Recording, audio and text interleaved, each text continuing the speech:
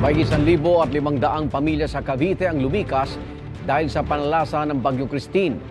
Nasa Kawit, Cavite pa rin at may unang balita live si Jomer Apresto. Jomer. Igan, pahirapan pa rin ang pagdaan ng mga motorista dito sa bahagi ng Binakayan sa Kawit, Cavite dahil yan sa baha na nararanasan sa lugar dulot pa rin ng pananalasa ng Bagyong Christine. Nabalot ng dilim ang bahaging ito ng Tirona Highway sa Kawit, Cavite. Ayon sa mga residente, mula alas 9 pa kagabi nang mawalan ng supply ng kuryente ang lugar dahil sa patuloy na hagupit ng bagyo.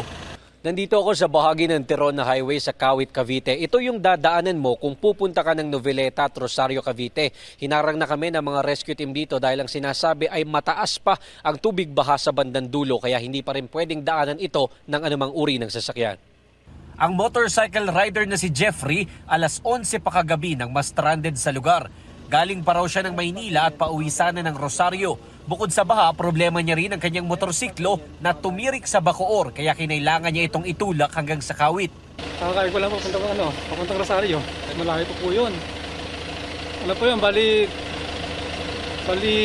nabileta po tapos po Rosario po sunod. Ang ilang sasakyan naman ipinarada muna sa mataas na bahagi ng tulay na ito para hindi abutin ng baha. Ang mga residente namang ito, mahigit 20 minuto raw lumusong sa baha para makabalik ng kaingin. Galing pa po kami Panamitan, sir. Baha? Yes po, sir. Napakaba mo, sir. Gagento na po. Kasi bewang po. Napalas po yung agos po, sir. Paglakad nyo po doon, talagang napakahirap po maglakad. Ang residente namang si Emma makikitulog muna sa kakilala dahil inabot na raw ng baha ang kanilang bahay. Gaano kalalim yung baha doon? Ano po, hanggang tiyan ko po, tapos malakas yung current. Dito po kami tutuloy kasi medyo mataas na po yung sa amin eh. Opo, lahat po inabot na.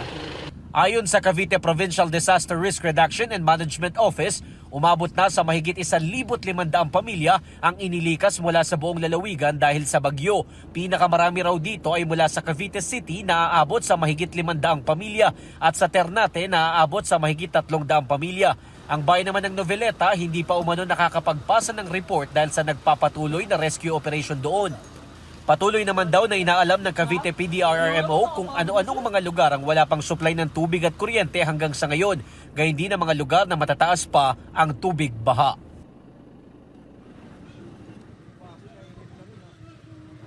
Samantala, Igan, sa ngayon ay matatandaan na una ng isinailalim sa state of calamity ang buong lalawigan ng Cavite dahil pa rin sa epekto ng Bagyong Christine. At yan ang unang balita mula dito sa Kawit, Cavite. Ako po si Jomer Apresto para sa GMA Integrated News.